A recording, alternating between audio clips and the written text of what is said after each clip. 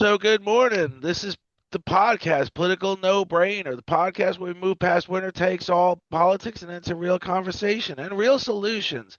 And I'm with Dave Martin of the Good Government Show, The Voice of Public Service, an incredible podcast he has going. He's got all kinds of people reaching out to him, Thank you and very he's much. and I love it. I love what you do, and I want to get back to good governing. I want to get back to I want to get out of the friction we're in, this horrible period of time in America that we're in. And I was just mentioning to Dave that I had watched an interview. His website's incredible. His podcast is incredible. He talked to Dr. Fauci, and he Among was others, yes. yeah, and he had mentioned that he had gotten an award, a Medal of Freedom from President George W. Bush for his work on the AIDS epidemic. And what I liked about what he even said in that interview more than anything, he said it wasn't just that he worked on the project, that the president worked with him on the project. Now, how do we get back to all of that? We have so many things to work on together, and we're just not. We're at odds, extreme odds. Well, Fauci. Okay, so let's just talk about open with Dr. Fauci. First, thanks for having me on the show. Appreciate it. Glad to be here. Always good to talk to someone who wants to talk about good government, because that's what our show is all about. I want people to listen to the Good Government Show, and I want them to have two thoughts. One is, oh, that's what government does. Well, that's a really good idea. Oh, those are the people that work in government. That's what they're dedicated to. That's how they think. Well, I'm glad they're in government. And then the third thing is, oh, that's where they're spending our money. Well, that's money well spent. Um, so Fauci is just an incredible example of a commitment to public service. He got out of college right during the war in Vietnam. They told him he had to enter, some kind of government service. He picked the National Health Service, and he stayed there for 38 years. At any point, he and the many people that I talked to could have easily cashed out, doubled their salary, but they're committed to good government. And one of the things that stuck in my head from people I've heard is we agree on almost 90% of the problems. And one of the things I hear locally from county commissioners, from city mayors is, I don't care if there's an R or a D next to your name. I want the pothole in my street filled. If you can fill that, we're good. So what we really need to focus on and what we really need to work with is that sort of 10% in the middle, and 10% on the fringe, really. And that's the problem. And that's where we are now. What is my solution? I have no idea. I've done 175 shows. I've talked to over 175 people about good government. I can tell you that there's lots of people out there that are just really getting up in the morning, going to work, working hard, putting their head down, and trying to make their city, their county, their state, their country better. And so when you think of that, just like you said, there's so many government people working in government that could just lateral over to the private sector and do Right. significantly better financially, but they are dedicated, they are committed, and they do great things that often we don't even realize they're accomplishing. And Right. so they don't get the recognition they deserve, which isn't unusual in the workplace. That's okay. That's sort of something that's one of those crosses you have to bear in the workplace. You don't always get the recognition you deserve. That's okay. But they do it. But now we're at a time and a period where it seems like the naysayers, the ones who think government, I think it was Ronald Reagan who said government's not the solution, government's the problem. The It, scariest words in the English language are, we're from the government, we're here to help. right. On our show, through 175 episodes, we have proved that that's simply not true. I'm going to tell you a story. In Berks County, Pennsylvania, Christian Lineback is a county commissioner. He's gotten to be a friend. I've had him on the show 2 or 3 times. They have this program called the R3 program. And these two women were in prison intervention, and they said, people would get arrested and then put them in the system, and they go, well, this guy might have some potential. Let's see if we can work with him and keep him out of jail. And it wasn't working. I think the national recidivism rate, if you get arrested, to get rearrested, like 65% of the people who are arrested get rearrested. So that's kind of the national rate of recidivism, more or less. Don't hold me to that tightly, but No. that we're in that I know region. the figure. It's close, Yeah, if not yeah. accurate. So these two women were in this program, and they literally, both got a cup of coffee. They sat down at their desk and they said, "How do we fix this?" And they said, "Well, what's the problem? Why aren't they getting it?" And they came up with this R3 program. And what they did is they taught people to work, not just, how to get a job, but to work.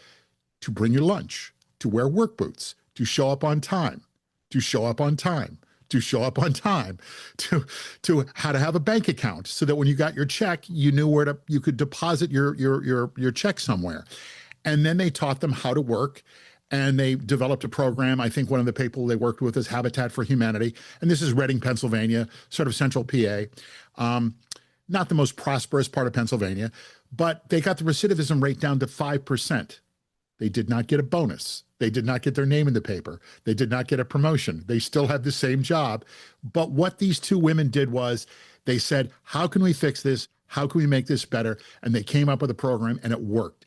And I remember I talked to one guy who was working, I think he was a cook at a restaurant, a vegetarian restaurant in Reading, Pennsylvania. But I went over and talked to the guy, and he worked in the construction trade for, a couple months or years after he got out of the program. I said, yeah, not exactly what I wanted to do. Found a job at a restaurant, loves it. He's been out of the program, I think probably now at least 4 years. Successful member of society. He pays his rent on time. I think he's married. He shows up. I went to his office. I went to the restaurant. They love him at work. I mean, this guy got turned around because two women said, how can we fix this? And I can tell you 175 stories across the nation about stories and people like that. And it's just incredible when you think of, we live in this contentious time, but all these things are happening every day. Right. And I'm doing the show. Essentially, you're doing the Good Government show. I'm doing Political No Bait. I'm also doing the Chair Across the Aisle podcast. And I'm hearing from people that have great solutions. They're extremely dedicated.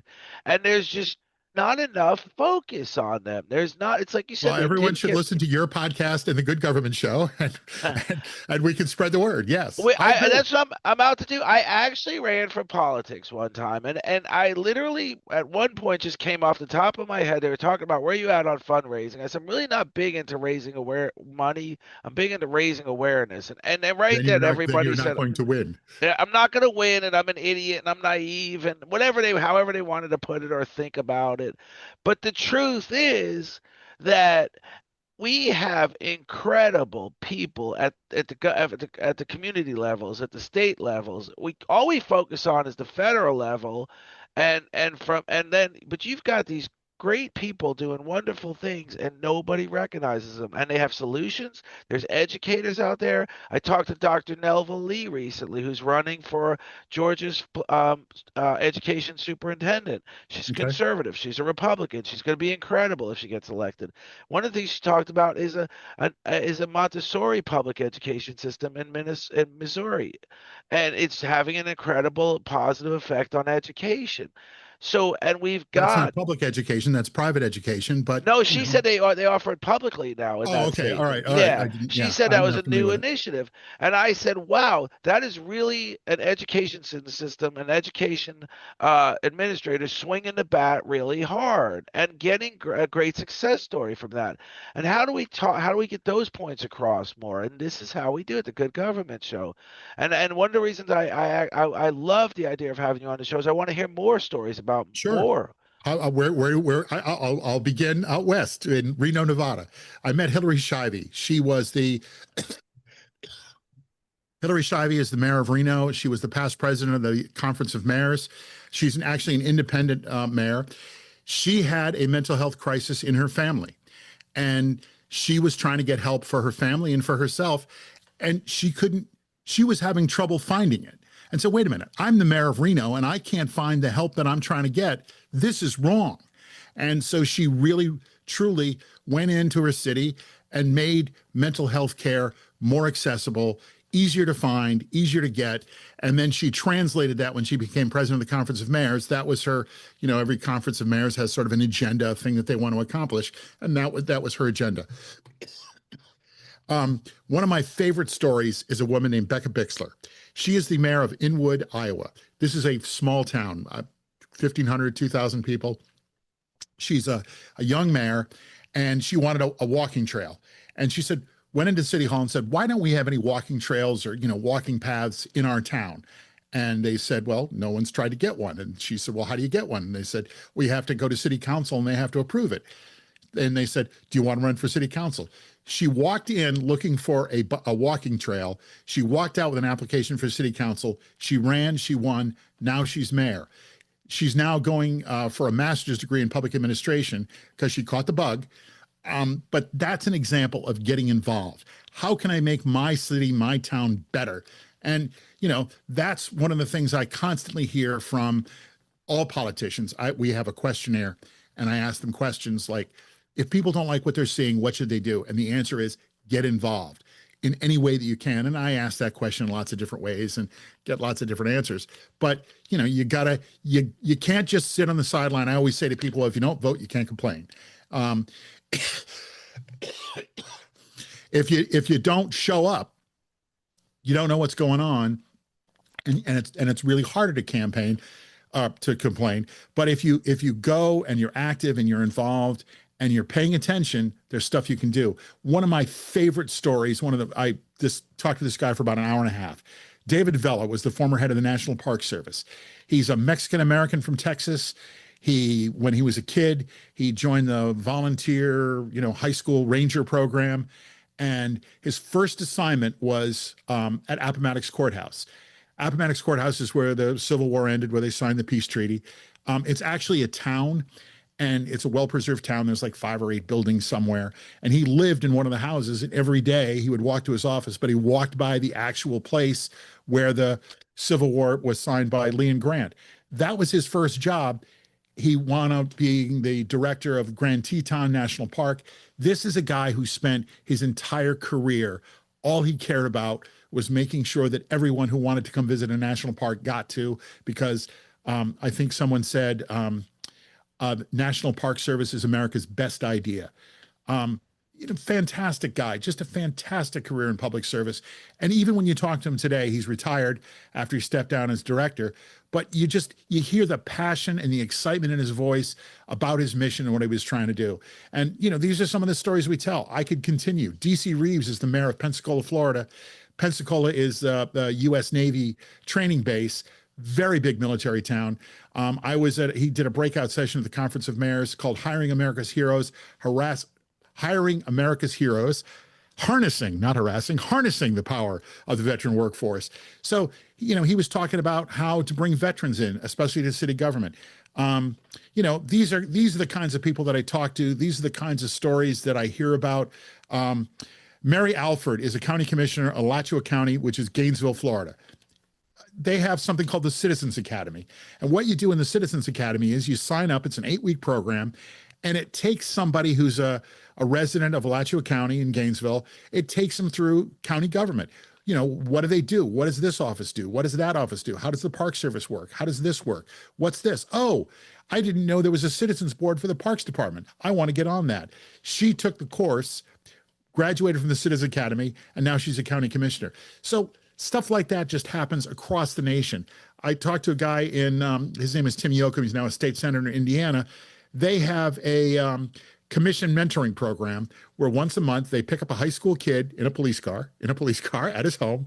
They bring him to the county office, and the first thing they do is they have their morning county commission meeting. So he sits in the county commission meeting up on the dais up front, where he is visible. They hand him all the notes. And then when they're done, they walk him into, the big county offices. They take him to the Parks Department, to the Police Department, to the Tax Assessor's office, to the City Manager's office.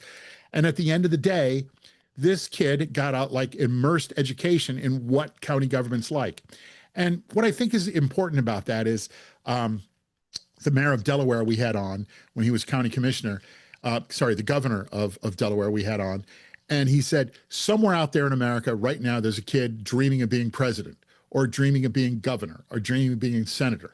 Nobody's dreaming of being a county commissioner, right? So programs like that where someone comes out of this and says, county commissioner, that'd be interesting. Working for the county, that'd be interesting. So, I can continue, but I'll let you ask a question. No, I want you to continue, but let me ask a question or two. Sure. Citizens Academy in Gainesville. This is an incredible program, but again, it's laser focused on Gainesville. Now, I had this idea that things like this should be published on the internet. Kids should be able to visit them, accomplish the course, and ultimately gain something in return, an incentive-based course. Because when you talk about Citizens Academy, when you talk about a kid getting picked up by a city official, a police car, if you will, Right. taking them to the government office, let them be part of They all the get to they government. get to sit up front, by the way. They don't have to sit. Right, right, absolutely. Yeah, And they learn about government. They learn about policing even. They're talking to a police officer to ride over. right. And like you said, it eliminates that illusion of can I start as president? You in any and often in business you got to start somewhere and then you got Sure, to stay dedicated to that particular business and you climb the ladder. So in public service it's the same thing. You start the city council or mayor of a small town is an incredible start. And you sure. have that incredible effect on the community. And my point is how do we the problem with government today is it's all nepotism. It's all some senator's son climbing No, getting it's into not. No, government it's not. No, I have to disagree with you. Does that happen? Absolutely. Jesse Jackson, the Reverend Jesse Jackson, died recently. recently. Both of his sons were in Congress. It certainly makes it easier, but that's 5%. That's not 95%. 95% of the people are folks who just wanted to get into government on their own. This is something they wanted to do. They had a calling. They had a desire to do it. Sure, it's easier when someone greases the skids for you, paves the way, has some experience, can help you raise money. But I would disagree that it's not all nepotism. No, no, I stand corrected, and I also misphrased my point is like you said is it's a good start. It's a Sure. good way to get started. Now there is Andrea Ocasio Cortez who literally just knocked on doors and Yep. got the appointment that no one thought she would get. She stole it from a long-term incumbent. Not Yep. stole it, she won it. She beat him. Hmm. And but I want more of that. I want more. I want to see more young people feel the desire to get involved and not just government. I was talking to a guy, the author of Good Governing, Good Government, and he was saying you don't necessarily have to run for office to accomplish good things. No. No, and that's something that the organizations like the Citizens Academy point out is in her case, I think she went to work for like the the Citizens Environmental Review Board, something like that. But there's like every county, every city, every town has a zoning board, has a parks board, has a police commission board, has a public works board. That's a place where you can get started to get involved and get into what's going on, like what's the next thing. That kind of stuff you can easily do. That's the stuff that's where people can get involved. And unfortunately, people look at it and they go, "Oh, that's hard. I don't want to do that." That sort of thing. And that's too bad. That is too bad because it is hard. It's not easy. But it's also rewarding. And it's like I said, when you got to start somewhere. I actually was on the Lake County Soil and Water Conservation Board, Lake County, Florida, and it was interesting. We did a lot of good stuff. A lot of it was education based. We reached out to schools. They were doing an environmental thon. They were drawing pictures. We were judging them. A lot of good knowledge came. A lot of good points. We did a lot of good getting the point across to kids that the environment's important. And how do you perceive fixing the environment rather than the constant argument global warming's fake, global warming's real? How do you just on a micro level, how do you want to do it as a child? And the Citizens Academy is a great example of how we can really make people understand government, not be so adamantly opposed to the idea of government. Right. And I think, there is good government out there. There's good government everywhere. You just have to look. Um, Chris Roynan is the county commissioner in Cuyahoga County. That's Cleveland. He started something called the Freshwater Institute, where he's getting all the county commissioners and county governments who are bordering the Great Lakes together so that they can have a unified program for clean and fresh water. So, a program like that is invaluable. It brings people together, and it's just like, hey, we're here. We got to do something about this. What are we going to do about this? What's our plan? What are we going to do? How are we going to fix this? And he's come up with a solution. It is hard to find good government in the news, and part of the problem is news. What newspaper do you get delivered to your house every day? Now it's none. See, you're part of the problem. Right. Honestly, I mean, I'm not picking on you, but this is a problem across America. Everybody got the local newspaper delivered to their front door. Nobody gets the newspaper delivered to their front door. So we don't have a unified set of facts that we start with, because this guy goes on Fox and he wants to see whatever Sean Hannity has to say, and this guy goes to hear what Rachel Maddow has to say. So there's no unifying place where everybody can get their news from, and I think that's had a horrible effect. As an old newspaper man, I can tell you I feel that every day. Well, I can tell you, I am an old newspaper man. So a funny story Good. about me is when I was a kid, I couldn't read, and the teachers thought I'd never be able to read. My dad taught me how to read. And one of the things we used to go to the library, and the most important thing I used to love to read was the newspapers hanging in the corner of the library. There was no Google back then. They used to Yeah. just hang on the Right. library, and I'd read On the old racks, on news. the rolls. Yes. Right, on the rolls. And that's what I would read. And I do miss the newspaper. I almost feel like it's not available in this area anymore. There is no delivery. I do see it in the grocery store sometimes, and I grab one here and there, but I don't see them getting delivered anymore. When I was a kid, I delivered newspapers Me on a too. bike in baskets. The New Haven Register every day. And so, yes, we've lost that. Yes, news has become entertainment. So there's an old theory that the reason the Vietnam War was so unpopular is because it was the first time war was televised. So then came the theory we're going to make war look really cool on TV, and that's how you got the Iraq images of bombs going down chimneys and stuff. But the Right. problem is we've lost real news. But the question is there maybe from your show, I don't know, is there anybody getting back into a real newsletter that maybe it won't be in paper, maybe it won't be delivered to your front door, Well, maybe it, here's what I think about that. Here's my answer to that question. In today's media environment, you need to strike everywhere. If you're in city government, you need to put out a press release. You need to have some connection to whatever your local media is, and there is local media. There is local media, and you got to connect with that. You have to do social media. You have to do social media, like it or don't. I'm not a fan, but you have to do it. But then there's other stuff like including, having a podcast, which is, I do a podcast for the Iowa League of Cities. We do a monthly podcast for them where we talk about, it's called Leading Iowa, Good Government in Iowa Cities. And I talk to lawmakers all around around Iowa about good stuff that they're doing. And so, that's, you gotta spread the word. It's not like you can get a front page story in, the Des Moines Register and you're covered, or you get a hit on, the Today Show and you're covered. So you got to be a little bit more aggressive about getting your message out. yeah, it's not as simple. It's not. You do have to be more. I try to be aggressive about my message. Is let's just get back to working together. Let's talk about good government. Let's talk about what's going well. Let's not just talk about what's going terrible. And I think we got to get more of that out there too. Yeah, yeah, for sure. And then, so what about some more examples of good government? Because that's really interesting to me. Okay. Let me tell you about a guy named Craig McLean. He spent 41 years at NOAA. He was in his assistant administrative research. He was the chief scientist. This is a guy, what he wanted to do when he went fishing as a young kid, he was like, why isn't the water clean? He decided he just spent his life, working for NOAA. That was his passion. That's what he wanted to do. He really worked hard to make sure that the water was clean, that the air was clean. 38 years, 41 years working for NOAA. Incidentally, when the current president decided that he wanted to take a Sharpie to a map of where a hurricane struck, Craig McLean was the guy who said, no, no, no, no, no. This is not the way it goes. This is not it.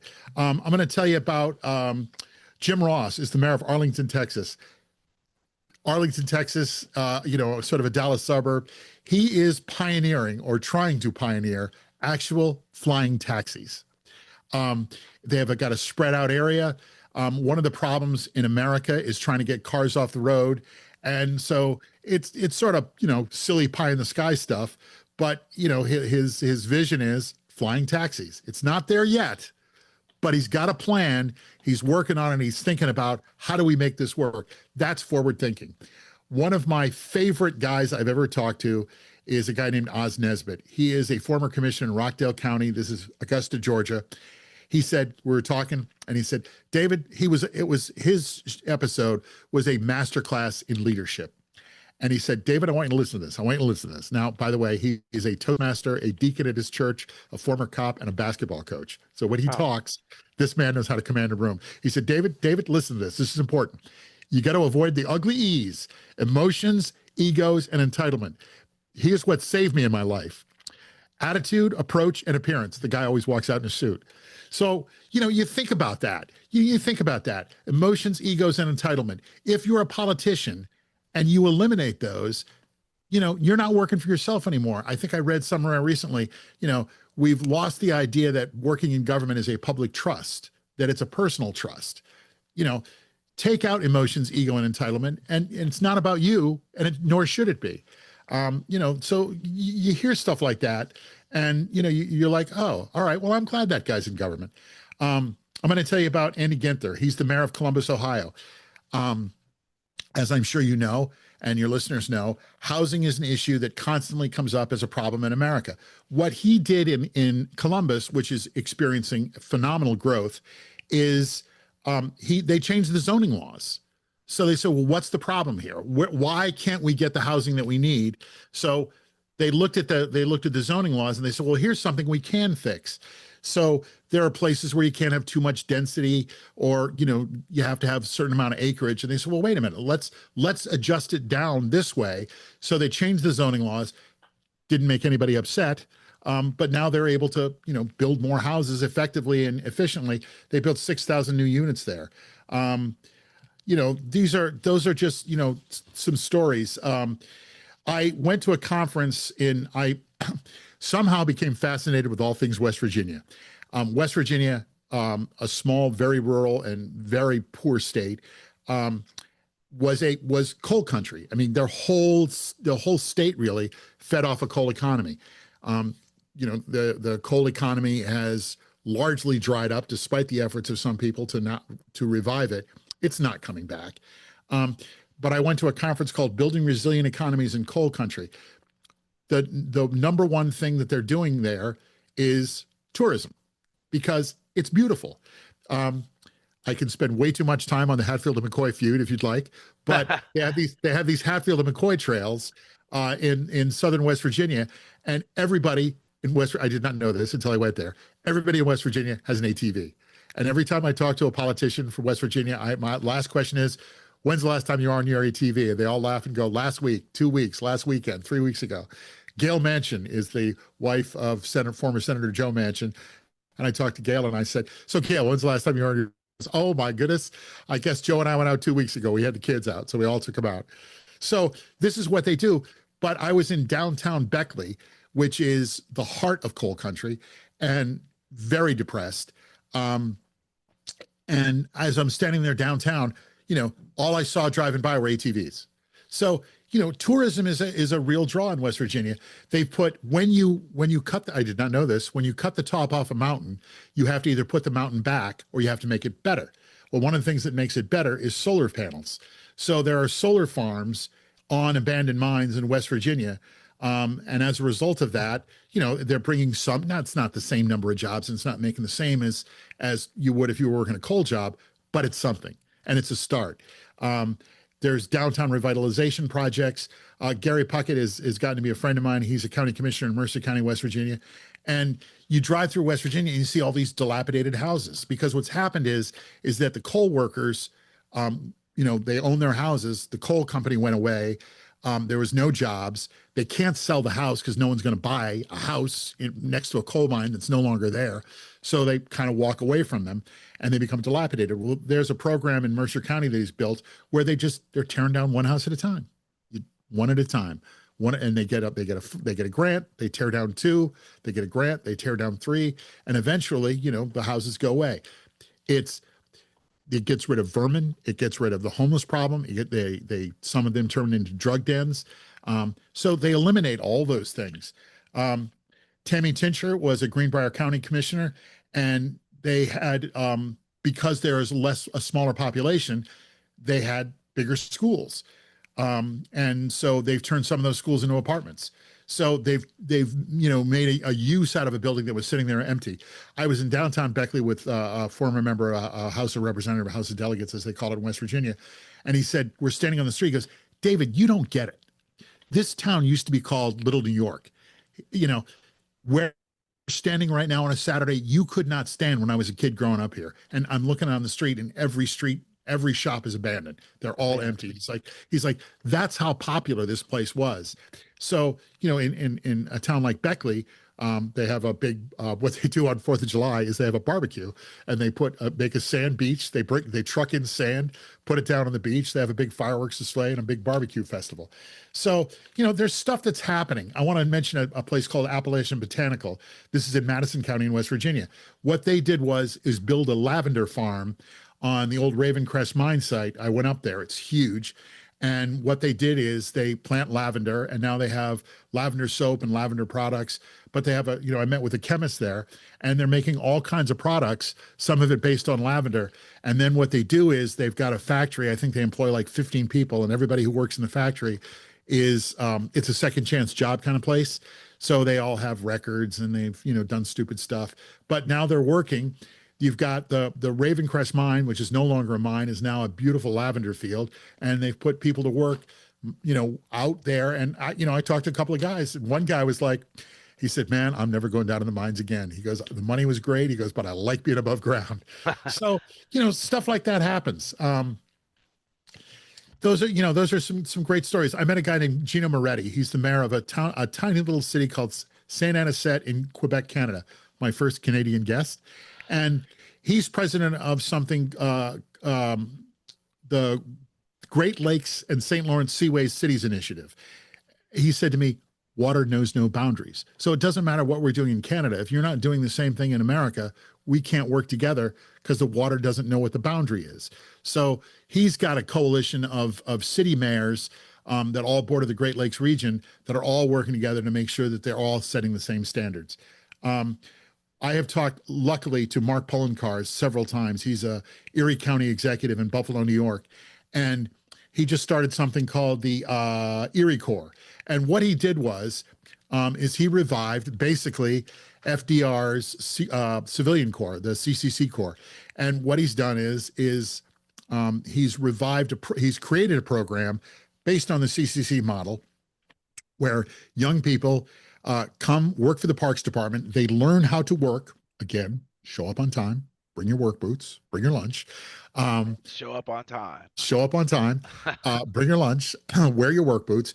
But here's how you work a bobcat. Here's how you work a backhoe. Here's how you dig a ditch. Here's how you dig a tunnel. Here's how you cut down trees. Here's how you work a chainsaw. And I was talking to Mark, and I said, "So how are your chainsaw skills?" He goes, "I'm thinking about, retiring and going to work for these people because that was fun." But what he's done is he's put a lot of kids to work in this park, in this program. And this is something I hear, and this is what we try to do on the show, is share the idea of best practices, is to share the idea that, there's great ideas out there and lots of people have them. And, in the show, I said, well, this is a great idea. Can someone steal from you? He goes, yeah, give me a call. I'll tell you anything you want to know. And I think every mayor and, most people that I've talked to who work in government are very happy to share their idea. So if you've got a great idea that works in Erie with like an Erie Job Corps, Erie County, there's no reason why that can't work in any county. And, give Mark a call. He will be happy to tell you everything. He'll open the books to you and say, here's how we did it. Here's what we did. Here's what we got this grant. Here's how we got that grant. That's good government. That's a good idea that everybody's happy with. And, I've heard this, time and time from county, from government leaders is, hey, I'll steal from anybody. I don't care. If I hear a good idea, I'm going to steal it. I'm going to bring it back to my county. And one of the things I ask people when I go to I'm very active at the Conference of Mayors conferences. This week, we're recording this show here in the end of February. I'm heading off to the National Association of Counties Legislative Conference. I'm active with an organization called the National Academy of Public Administration. And this is where I meet government leaders. This is where I meet people, incredible people. And, you hear these ideas and, you get a chance to network and share ideas. I was standing at the conference, and my buddy, the mayor of Dubuque, was standing there, and then the mayor of Albany came by, and then somebody else came by. Nobody knew anybody. And I said, "Oh, Kathy, meet Brad. Brad, meet Kathy, Albany, Dubuque." Then somebody else came by, and I said, "Oh, hey, come on over and join us." So 3 mayors from Dubuque, Albany, I can't remember the third city. We're all sitting there talking. They'd never met before. And they said, "Oh, what conference were you at? What were you at?" So this is a great opportunity for them at these conferences to really get together and share ideas. And that's an incredible thing you pointed out because these government officials want the best ideas. The They problem do. is they really do, and they want to initiate them and they want to put them into place. So something you said, and it's again, it goes back to the coals may not come back, it may never come back, but repurposing the mountains and repurposing the communities, the homes, and if they just have to be demolitioned if that's a step that has to be taken. But when you've got a president that says beautiful coal and there's this giant misleading sort of gesture that we're going to bring coal back, or some jobs aren't being lost to going overseas, many jobs are being lost. Before AI, there was things like CAD, computer architecture design. People were drawing lines for hours at a time, and that's all changed, and some jobs were replaced. But all these government officials that want to repurpose and reinvigorate and redesign, how do they get their point across that that is their sense of mission? And then when generally when they meet, three mayors meet in a conference, they're having a private conversation. How do they get the point across that this is the America we need to move forward with? This is what will make America greater. The understanding that things are changing, not necessarily for the worse, but it takes the people's ability to adapt, and maybe even in our K through 12 education system, somehow we should teach people how to adapt. Somehow we should teach people how to show up for time on work, bring their lunch, come clothed correctly, not in ripped jeans and broken boots. Um, One of the things that I keep hearing from lots of people is we just don't teach civics. We don't teach government in school like we used to.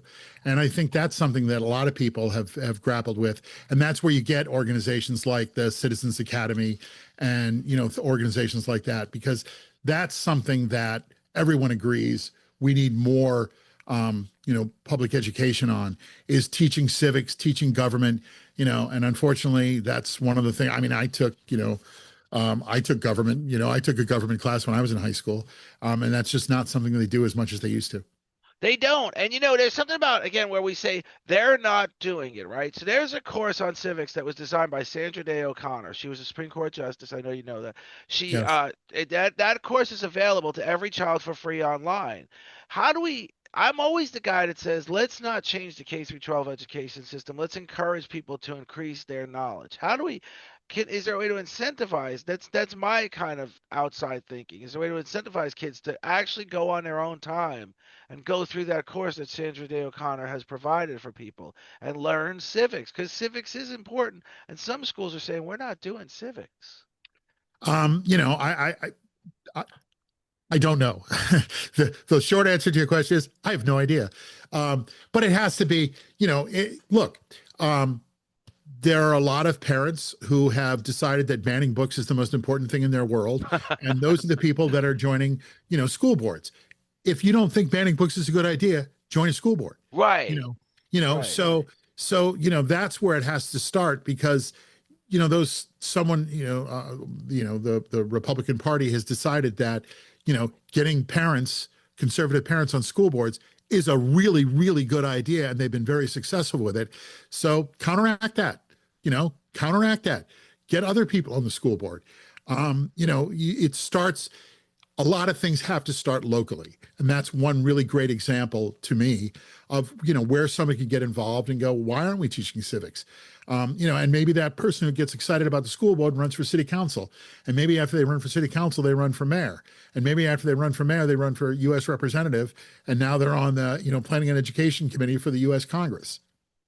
That can That's an happen. incredible thought. And like you said, when being the Dave Martin, the Good Government Show host and proprietor, you meet so many good people that are more and more and more getting involved. And there is a bigger movement today in government than there's ever been before. People are more thinking about it more, whether they like it or they hate it. They're thinking about it more. They're talking Yeah, about it more, and yeah. I think that's a big movement. That's a good movement. Like you said, I just there's so many good people that have so many good ideas. We've both had them on our shows. I just want to see so much of this good blossom and so much of the negative go away. Well, there is good government, and I think you have to. You have to sort of look for it. And that's not always easy, I know. Again, listen to the Good Government Show and you'll find it there. I'm plugging my own show, but I'm sure you do a great Absolutely. job plugging Yeah. yours. But yeah, I mean, that's what we're trying to do on the show. I did a couple of shows about libraries. Libraries. Who thinks about libraries, right? Nobody buys books anymore. Everybody buys stuff online. But your local library is a very, very active place where you can get anything you want. It's all right there, and it is a great use of government dollars. I went to Fairfield, Connecticut, and met with the president of the Connecticut Library Association, the Librarians Association. They have meeting rooms, they have breakout rooms, they have tutor study rooms, they have board rooms, they have concerts, they have and then they have the librarians who are there to help people. I walked in there and one woman has a travel agency. She showed up every day at the library, got a little space for her desk, and sat down and ran her travel agency out of it. There were two girls that were being tutored, in the corner. And I was like, I said, this is Fairfield, Connecticut is a fairly, nice neighborhood. It's an upper middle class town in Connecticut, just a New York City suburb. But they had a boardroom that would rival, any Midtown Manhattan office space. And, they said, oh yeah, guys come in here and have meetings all the time. This is an excellent use of government dollars and of your tax dollars at work. And you can always get a book out and kids can go to story hour and little kids can go and their parents can drop them off and they can have story hour in the morning and parents can run around and do whatever they need to do. And kids can interact and run around with other kids and check out a book and read a book and become better citizens and read a book. And remember those newspapers that you remember as a kid? They're still there in the library. They're still there. They're still Yeah, there. for sure, I go for sit sure. in the library sometimes. My son's school's actually in a library because they haven't built the building yet. So when I'm waiting for him to pick him up, I'm actually in the library, and it is a beautiful building, and it's got incredible. It's like you said, you can promote. You could run your business out of there. You could pull up a desk and run your business out of there. It's quiet, and you could have a meeting there. And yes, and that's something. Again, this is when I often they talk about vouchers for schools for private schools and then somebody recently said that's code word for cannibalizing public school funds. I think we need money for both. I think we need government officials that say let's spend more money on education. But that's just me It's thinking. public education because it's public schools that comes from public dollars that's available to the public. How about if you just made all the public schools better? That's not hard. Right. It's not. And like I said, when you swing the bat really hard and you start thinking about a public education Montessori system, because kids are getting lost in your traditional schools, and then their life spirals around that false start, around that awful start in the beginning. And then, Yeah. Hey, and listen, can schools be better? Absolutely. Is the K through 12 model perfect? Of course not.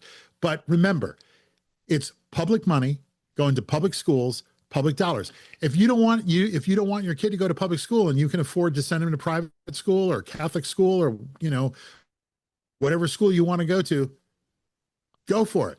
But it's public dollars, your dollars, my dollars, everybody's dollars in that town that are paying for everyone's public education. Why would you take money away from that? but that is what's happening when they talk about private school vouchers. That's where the money's coming from the public funds. They're Right. You're always taking saying it's money out of public schools cannibalizing. They're and you're taking putting it in private schools. Right, right. And so that's bad governing, if you ask me. That's bad government. But when we talk about good government, there's so much good out there. I don't Yeah. want to focus on the bad. I just want to focus on the good and keep building on that. Well, that's what we're trying to do. Like I said, the purpose of our show is to talk to people across the country and talk about what's good government. I just came back from a conference here in New York City. I live in Brooklyn. I'm in New York City. It was a wind power conference, and I talked to lots of people about offshore wind projects and what people are doing and how they're getting funding and how they're building more wind farms. You just had an administration that just shut down 5 wind farms in the Northeast. Coal and fossil fuel, in my opinion, is not the future. And there is no wind power is never going to replace fossil fuel. Solar power is never going to replace fossil fuels. Nuclear energy is not going to replace fossil fuels. But if we do have wind power and we have solar power and we have hydropower and we have safe nuclear power, all of those things together, you're going to have less coal, less burning, less oil, less fossil fuels. And guess what? Cleaner air. Yes. Absolutely. There is a big movement. Smaller nuclear plants, not the big giant ones that we know as kids, but the smaller Yeah. nuclear plants are doing really they are it is a cleaner energy. There is some dangers to them, but not there's also dangers to for coal miners going in the mountains and digging coal and then But coming out with the pollution. current administration tried to stop a wind farm off the shore of Scotland because he didn't like the way it looked And this golf in, course. on his golf course. Well, you know what? Sorry. Would you rather have, I've been to these, I've been to West Virginia. I have seen these coal plants. I have seen these mountaintop removal sites. They're not pretty. They're not pretty. I've driven through Southern California and you drive by these gigantic wind farms that they have out by Palm Springs and you look at this like, it's kind of cool. It's not, look, is it the perfect solution? No. Are there problems with it? Of course. Is it, the magic bullet? No, but there's no one magic bullet. That's why government needs to fire on all cylinders. They need to support wind farms and they need to support solar panels and they need to support other alternative energy sources. That's how you get good government. It's not shutting your mind to say, no, we're not doing that. No, we're not doing that. It's you like I said, you gotta try everything because there's no magic solution. There is no one size fits all solution. There certainly is no one size, but there are many solutions, many great government administrators out there that are doing great things, and that's what we're doing is we're searching for them, and you're finding them more than anyone. You're doing a great show. I don't know about more than anyone, but we're certainly looking for them. No, like I said, I go to the Conference of Mayors. That's where America's mayors gather. I've had some work. I've done a lot of work with the National Association of Counties. County government affects more people directly than any other form of government. Your roads, your hospitals, your airports, schools, law enforcement, water. Most of that across the country is run by county government. So those are the folks that are sort of getting their hands dirty, that are getting down in there and trying to, get the work done. So I want your listeners to understand that there is good government out there, that there are a lot of people that are just working really, really hard every day, that are just trying to do the right thing and are just, their goal is, how can I make this better? I'm going to mention a couple of other people. Chicago. Toni Preckwinkle is the president of the Cook County Chicago Board of Commissioners. This woman is a legend. She's the first Black woman elected. She's been in office for 15 years. She came up with a program that pays off people's medical debt. Unfortunately, the current administration doesn't support the project, so she lost, the funding that she had for it wasn't there. But she did get a lot of funding in the previous administration. Medical debt is the number one reason why people go into debt. And she came up with a program rather than have the insurance companies take 25% on the dollar. The government's paying them off, and now these people are living, debt free. Tara Stamps is a county commissioner in Cook County, Chicago. This woman is hilarious. She is a force of nature. I just think the world of her. But she came up with an intervention program in local neighborhoods in barbershops. And so what they do is they send, mental health care workers or other healthcare workers out, and they find kids where they are in the neighborhood and go, hey, how you doing? What's going on? You know what you should do? You should come by and check out and I'm making this up, our after-school basketball program. Hey, did you know that we have an after-school reading program? You should check it out. So she's come up with a program that gets people where they are to try to find them and help them out so that, they can get intervention before they really do need intervention. I talked about the libraries. Just, one of the things that they did was they have memory kits. They created memory kits for people who have not dementia, but starting to have dementia, where you can go in, you can check out a kit, you can, there are games, there's interactive stuff, there's books, there's things you can read, but it just, keeps your mind sharp. There was, this is a great story. In Durham County in North Carolina, this woman was on her second day and somebody came up to her and said, hey, do you have kits for, do you have any programs for autistic kids? And she said, yeah, we do. And she said, what are they? She goes, I don't really know. Can you come back tomorrow or give me your number and I'll find you. And then she went back and then said, do we have like programs for autistic kids? And I went, no. She goes, why not? And they go, well, I don't know. She goes, well, we should have them. And she put together a whole autistic program. They have a sensory room. They have kits that you can take out. Um, somebody came in and asked a city worker who worked for the city library, do you have this? And now they have, a really great program to emulate. Um, there is an organization called American Forests. Now, this is something I did not know until recently. Did you know that palm trees are not native to Los Angeles? No, are they native to Florida? I don't know, but in Los Angeles, they are not a native species. They're not a native tree. Somebody planted them. They're beautiful. They're iconic. They're a environmental nightmare. And they're also, here's something I didn't know, not trees. They're grass. But they suck water out of the ground. They provide Oh, no shade. They provide no shade and no covering. And environmentally speaking, for the area, they're not helpful. There's a big movement on to uproot some of the trees or at least fix some of the trees. You'll get a lot of pushback from people in Los Angeles because palm trees are, they're you know, everywhere they're there. everywhere. They're sort of iconic. But what they're doing on American Forest is they're helping people plant trees. I talked to Mayor McLean of Boise, Idaho. It's her goal to plant one tree for every citizen in Boise. Trees provide shade. They lower the temperature of a neighborhood. They make it look better. And they contribute to better health, better air quality. So stuff like that is it's happening around the country, and it really are people who are working and want to make it better. And going back to Hillary Shivey, the mayor of Reno, I said, Hillary, come on, you got to run for governor. You got to run for governor. She goes, no, I care about Reno. This is my city. This is my home. And so many times I've heard that response from people like, hey, what are you going to do next? What are you going to do next? Like, no, this is my This is town. good. This is my city. I care about my city. This is where I grew up. Brad Kavanaugh is the mayor of Dubuque. You ride around, and I've done this, I ride around Dubuque with Brad, and the pride he has for his city. He's like, no, this is my city. This is my place. This is where I grew up. This is where my kids grow up. This is where I live. This is where my wife works. This is where my business is.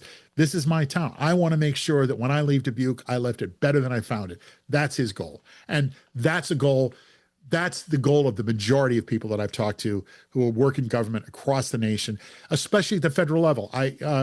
What's his name? Danny Werfel is the former director of the IRS, and I've had two IRS, workers on. One's a director, one that was a lower level than the director, you know. And I said, what do you tell people when you go to a cocktail party and they say, what do you do? And do you say, I'm director of the IRS? And how does that go over? And he laughed about it. He said, but like, he's an accountant, he's a lawyer. And the IRS wants you to pay your fair share. No more, no less. And here's something else, if you didn't know this. If you don't know, call the IRS. They'll help you. Their goal they're not out to stiff you. They're not out to steal your money. They're not out to, reach into your pocket. They want you to pay what you're supposed to pay. No more, no less. If you can't figure it out, give us a call. That's great to know. I never knew that. I never knew that. After the That's show, I'll give you some numbers so we can talk. Yes. yeah, that'll be great. Yeah. Yeah, that's But there's great to there's so many people in government. I just talked to Lieutenant Commander Melissa DeVera. She won an award. It's called the Fleming Awards from the National Academy of Public Administration. She's a Native American. When she grew up, sometimes her mother would leave a note on the kitchen table and said, "Don't drink the water today." Today, she's an engineer and she brings clean water to reservations. That is her mission in That's life. incredible because that's an incredible. I used to think about that. I used to say there's kids in this world that don't even have a glass of milk in the morning. There's kids in this Yeah, world that don't even have a glass of clean water in the right. morning. Yeah. And that's an incredible initiative. It is, and this she and the other thing she does is she has programs and she's got programs where she gets other Native American kids to come and work and intern with her, so that when they graduate the program, they'll come want to work for the Indian Health Service. So she's inspiring the next generation of people who want to come work for government. But there's so many organizations out there that are doing really good stuff. I sort of blew it. I was supposed to be talking with a woman named Cicely Wake this morning. She's with a program called Democracy 2076. They're trying to rewrite the Constitution. You get people like, oh, your Constitution, you can't change the Constitution. That's called an amendment. An Yeah, you can amendment change it. changes You the just have to have a Constitution. big movement. It's a big Yeah, task. but Yeah. this is an organization that's looking at the Constitution, looking at where we are today, and saying, "Hey, there are some changes we could make." I will just get on my soapbox for just a moment, and I will back off it really, really quickly. Everyone says, "Oh, the Second Amendment, right to have guns, right to have guns, right to have guns." The right to have guns is to form an army because there was no standing army in 1776. But the amendment is there so that we can have a militia to get rid of an oppressive government. The next amendment is you can't quarter troops in your home unless you invite them in. Do we need that amendment? Are you worried that troops are going to be quartered in your house? I don't think so. So that's just one example of how, you can make an argument for, an overhaul of the Constitution. That's an organization that's working on that. That's their focus. That's what they think about. But there's Wind Power. I talked to Grace Rao, who's the president of Citizens Union here in New York. It's the oldest government action group, good government action group. And, they just successfully led a push to change off year elections. When you have presidential election years, you get a bigger voter turnout. In off years, you don't have as big a voter turnout. And what she said to me is, here in the city of New York, if you win the Democratic primary, chances are fairly good you're going to become the next mayor. And in an off year election, you have the Democratic Party, because they're not open primaries, you get if you get a 60% voter turnout in a presidential election, and that's very good, you get a 30% voter turnout in an off-year election, but of that 30%, 15% are Democrats that are voting. So you're actually electing the mayor with 15% of the vote. She said, this is crazy. Citizens Union said, this is crazy. We need on-year elections so we can actually have 60% of the people casting their vote. That's good government. Yeah, bigger turnout is good government. Absolutely. Yep. Bigger, Yep. bigger the turnout, which we've had some big turnouts on the presidential level now, and that is good government. That is getting Sure. people engaged. But And that's why a lot of people are trying to, get off the off-year elections, especially for offices like mayor. But that's just what I want to show there is there are so many people out there who are working on good government projects that you've never heard about. I talked to a woman the other day from New Jersey, I can't remember what it's called, New Jersey LCV, and they're a voting rights organization. The League of Women Voters, people like that. There are just so many good government organizations that people never heard of. You got to find them. You got to listen to the Good Government Show. We're trying to get them all on. I continue to be so impressed by the people I meet whose sole purpose in life is to make their city, their state, their county, their country better. And that's their goal. That's their mission. I talked to the head of the National Weather Service, 33 years as head of the National Weather Service. He could have cashed out at any time, but he was fascinated by snow as a kid. It was like, how much snow? He had, when he was a little kid, he told me this. He said, he built a little snow meter to how much snow? How much snow are we going to get tonight? How much snow? And he would run out and check. So, since he was a little kid, all he cared, that was his passion. That was his mission. He was never going to leave the National Weather Service. He got to be director of the National Weather Service. Louis Uccellini, just a fascinating guy. And now that he's retired from that, he's working on a National Weather Resilience Program. So he's still out there. He's still serving. He's still working. It's just incredible. I'm going to read you this quote. He said, "Public service is not measured by the bottom line, but how well we serve society and the resources allocated by Congress." That was his quote. And I'm going to bring it back to Dr. Fauci, who said, when you mix science and politics, politics wins. And it should be the other way around. And it should be the other way around. That's absolutely true. And that's what happened with the recent COVID epidemic. And it did happen as well in the AIDS epidemic. There was a perception that AIDS would only affect gay people, and why do anything about it? And then we turned out that it was not true. And then there was a more proactive approach towards the AIDS epidemic. But it was always Dr. Fauci who fought the good fight when it came to any of this stuff. Well, I asked Fauci, he was criticized a lot for, talking about masks. And, at first he said, we don't need a mask. And then he said, you got to wear a mask. And I asked him about that. And his answer was, he said, first of all, when this started, we didn't truly know where all this was headed. And I was worried that there would be a run on masks and everybody would run out and buy a mask and the people who really need them wouldn't have them. Then, as we were able to ramp up production of masks, it was like, okay. And then we realized, all right, wearing a mask is in fact a good idea. So now we can go out and we can go out and say, yeah, go ahead and get a mask. So science changes. The more data you have, the more you know. The more you know, the more you can evaluate and you can figure out, okay, now that we know this, at first we only knew a little bit. Now we know a lot more. So you got to change your opinion. You got to change your mind. You see the data, you see where things are headed. Now you realize, oh, okay, let's go in a different direction.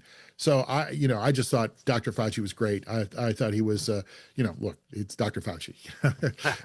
And You he know, is now living the dream, retired. And I do oh, very no, much. no, no, no, no, no, no, no, no. He's not retired. He is a staff doctor. In fact, the time I interviewed him, he just finished doing rounds. Really? Yep, Well, he's still a that's doctor. great. Good Yes, for him. He he's continued still on. he's He's still a doing, he looks doctor. He's great. When I saw you just interviewed him, it wasn't that long ago. He still looks no, like as I him. He just talked looks to him a couple great. weeks ago, we were Yeah. talking. I said, Tony, do you understand the word retirement? Do you know what that means? It's no, Apparently sorry. not. No, I Apparently don't. No, I not. don't. Good for him. I don't want to Well, retire. there was a guy I talked to the other day. We just had him on the show recently, Jerry Dyer, who is the mayor of Fresno, California, and he was a police chief. I think it was 38 or 41 years in the Fresno Police Department. The last 18 years as police chief. He served 5 years as mayor. He's in his second term, and we were talking, and I said, "So what prompted you to retire and then run for office?" And he said something like, when public service is in your bones, you can't walk away. And people asked me to run, and I felt like there was a need for me to run, and I couldn't turn my back on my city. And I said, "Well, how's it going?" And he goes, "Well, I kept telling my wife, don't worry, when I retire, we're going to travel, we're going to go places, we're going to take vacations, it's going to be great." And I said, "How's it going?" He goes, "Yeah, got another 3 years before that's going to happen." So, but I mean, Fresno, California, it's the Central Valley, it's the agricultural heartbeat of California. Um, you know, 40 years almost in the police department and another 5 years as mayor. This is not a guy who's trying to get rich. This is not a guy who wants to be president of the United States. He wants to make Fresno better. That's the people that we see all the time and talk to all the time on the Good Government Show. And that's who I hope people tune in to listen to, because I think when they hear guys like Jerry Dyer talk, you go, that's the guy I want in public service. Democrat, Republican, I don't, half the time I truly don't know if these guys are Democrats or Republicans. Because I don't ask. Our show is not political. We don't No. get into politics. We don't get into right, left. We don't get into what's wrong, what's right. You know, Obviously we'll Really, have just what's conversations. right, what's good. We That's talk about, good. like, I'm going to go to the conference next week and I'm going to sit down with, you know, a county commissioner. I'm going to go, so tell me about your county. Tell me about the best government project that you're working on. Tell me about that project that you're really proud of that you got going. And that's how I start the conversation. It's tell me about your town. What's going on? What are you doing? How are you making your town, your city better? How are you telling your story? And what are you doing to improve the lives of the people where you live? That's the show. That's a Not politics, not oh, the Democrats are terrible, oh, not the libs, not like, oh, these Republicans are horrible. It's let's talk about what's good. Let's talk about what's going on. Let's inspire people. Let's make sure that no one believes Ronald Reagan when he says the scariest words are, we're from the government, we're here to help. We're from the government, we're here to help is true. It happens every day. People get jobs. Hey, does your street get plowed when it snows? Does your garbage get picked up? Are there books at your library? Does when you go to the parks, when you go to the park, do the lights come on so the kids can play baseball at night? Do you have a walking trail? Do you have a dog path in your town? If you're lucky enough to live in a town with a beach, is the beach clean? Is your garbage picked up? That's what government does. They do that every day. You think about, you turn your water on. Hey, somebody had to make sure your water was clean. Somebody had to go out and do a water inspection. Somebody had to make sure the pipes were clean. Look what happened in Flint, Michigan when no one was paying attention. Everybody wanted to know what was going on with Flint. What's going on in Flint? What's going on with Flint with the water problem, with lead in the pipes? That got fixed. And you know who did it? A county commissioner who county said, right. you will tell me right now. It was the county water commissioner. You're going to tell me right now whether this water is safe or not safe. And they wouldn't tell him back. And he said, okay, everybody, stop drinking the water. because if it was safe, they would have answered. And Right. it's absolutely true. Government is doing good things. Every There's day. there we're and what's coming out of this day and age, not to get into politics, what's coming out of this time we live in right now is the fact that more people are engaged, more people are analyzing what government is doing and not doing, and we're going to get some good out of that. A lot of good out of that. And I hope so. I I hope so. think so. I think we're And on a And look, throughout history, there have been swings. There have been, look, a congressman once, back in like the 1840s, got beat nearly to death with a cane by another congressman. That's not happening. So no. we've been in worse shape. I mean, we did have a civil war. We have been, we have had throughout the history of the United States, we have had problems. There were a lot of people in the United States of America who thought, FDR was crazy, was radical, was wrong. There was a huge, pro-Nazi organization in the United States that went away on Pearl Harbor. But we have had real trouble in America. I mean, in the 1920s, anarchists, bombed the Attorney General's house, which gave rise to J. Edgar Hoover and the modern FBI. So, we're having trouble, no question about it.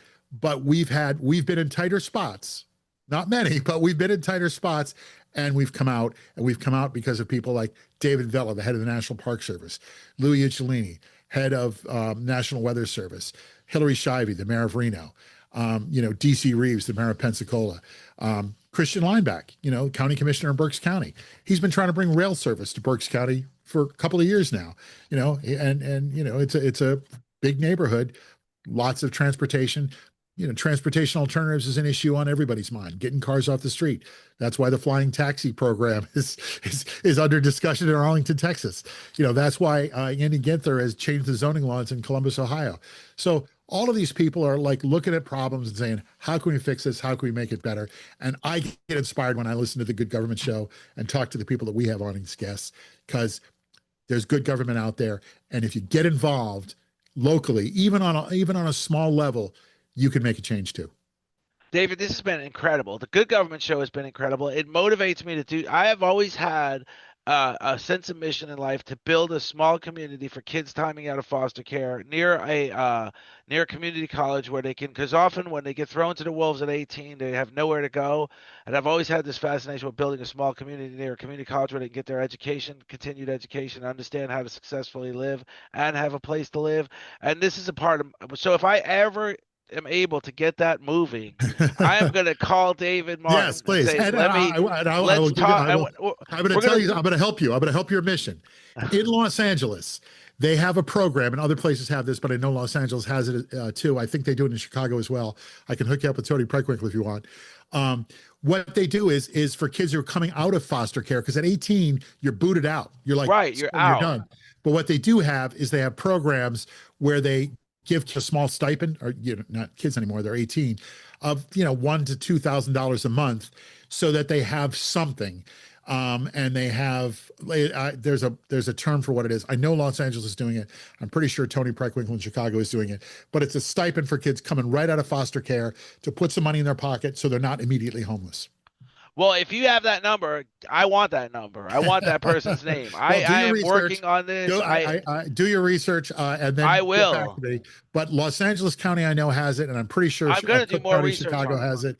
And there are programs, and I don't know if the current administration federally is going to be helpful with this, but I do know that there are programs around the nation that give kids coming right out of foster care some kind of income adjustment.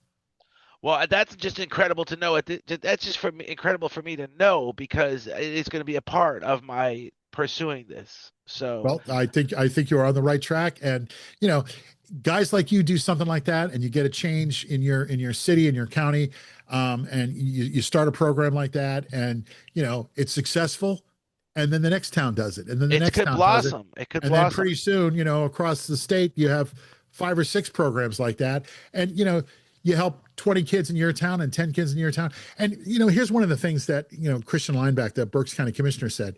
You talked about the R3 program that reduced recidivism. Does it cost money? Yeah, it does. But guess what? Training somebody over 8 weeks to be a worker and get a job and pay their taxes and buy lunch at the local deli, right, is a lot more cost effective than putting them in jail for 3 years. Oh, the return on investment's Yeah. enormous, and that's another thing. And I don't, I know you got others, but there was when Trump first started Doge, Department of Government Efficiency, is not what I had hoped it would be. I hoped we would analyze sort of those turn on investments, Why would you and think anything good would come out of that?